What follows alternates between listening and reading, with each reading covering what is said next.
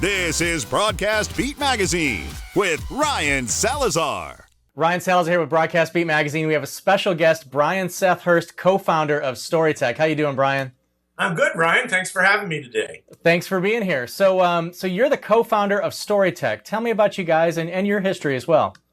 Well, gosh, so StoryTech, I had waited for Lori H. Schwartz, who's my business partner in this, to leave the advertising industry for like 10 years and said, come on, we need to work together. And she left. She was a chief technology catalyst for McCann.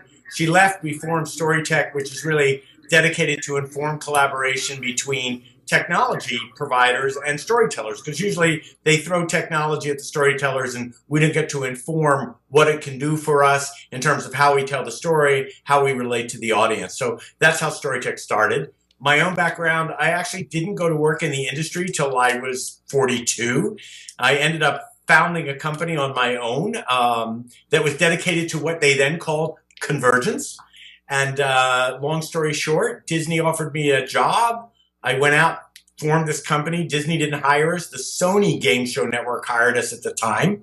We did a great thing on our first job, and then they said, "Okay, we want you to build a prototypical, high-speed games channel." And I was in way over my head at that point. And I went to Pittard Sullivan because a friend of mine who had helped with my company was at Pittard Sullivan as the chief financial officer, and they bought my company. And I went to work at Pittard Sullivan as the head of convergence. I got to launch TV Guide in 1998 as the very first cross-platform brand, and I was part of the original team for the user experience for TiVo. I read some of your editorial online on virtual reality. Tell us about the state of VR. Well, first of all, I've never seen an industry move as fast. Investment is pouring in. You can read that stuff online. But this is like the editorial that you read that led you to contact me my question was, is there a VR bubble? Is it inflating? And there's so much happening, so much great experimentation. Some of the best experimentation, by the way, is happening in independent VR. There's a Kaleidoscope VR Film Festival that just finished touring the country, and some of that work's incredible. So where are we? Well, people are saying, how do people get this? Well, there's a big distribution continuum from just 360 uploads on Facebook and YouTube right into the, Oculus headsets and gaming, and right on up to actually a theme park experience, which is really where the original immersion came from. So it's moving very quickly. It's challenging to separate the hype from the truth. That's part of what StoryTech is able to do. What we do in the business is we help companies with their strategies for VR. So we spend a lot of time briefing television showrunners, as a matter of fact, as to how they can use VR, whether they're going to use it for promotion, whether the content that they are working on actually lends itself to an immersive experience.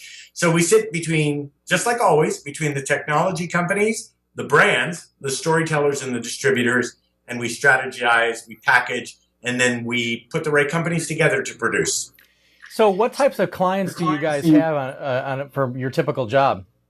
So we could work with a television. It's so funny because many of our clients don't want you to know that we're there. So you can see some of the logos at story-tech.com.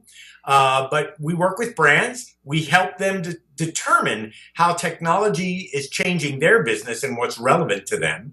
So, for example, we'll go in and we'll do an innovation day where we actually teach a broadcaster how to innovate so that they can incorporate these things, and then we'll move on to the next stage and do the strategy with them. So we have brands, we have broadcasters, like I said, television showrunners, and technology companies. Actually did a future when I had my own company, opportunity management company, did a study on the future of storytelling for Intel that was eye-opening for me in terms of how the relationship between the storyteller and the audience had changed fundamentally through technology, and what that meant to storytellers having control over the story worlds that they build. So I'm sure that you get the chance to mingle with some folks in the motion picture industry a little bit, and of course some television stuff, right? I was vice chair of the Television Academy of the Emmy Awards for a while there, and I was also chairman of the New Media Council at the Producers Guild. So I served on those boards. So yes, I got to mix, but I wasn't so interested in mixing as I was with trying to help them understand what my colleagues were doing in the area of new media so that they would begin to understand how traditional media could benefit from new media. You guys are going to be at the CES show. Tell us a little bit about it. Yeah, so this is our third year of doing StoryTech Impact VIP tours at CES. It's the best floor tour experience you will ever have. CES is huge. Now you have Tech East, Tech West, where all the startup and innovation is taking place, and you have a place called C-Space, which is for marketers. So we help you make the most out of the time that you spend on the floor. We call it VIP because we customize the tour. So we'll take a brand on tour like Mondelez or Kraft. We'll take them on tour. We'll take people from the television networks, but we make sure that these folks see exactly what they need to see that's relevant and puts the show in the context of their business. So you can find out more about that. Actually, all you have to do is go to cesweb.org and look for tours and click on StoryTech. And this year promises to be extra special. We do a big trends document called the Impact Trends White Paper.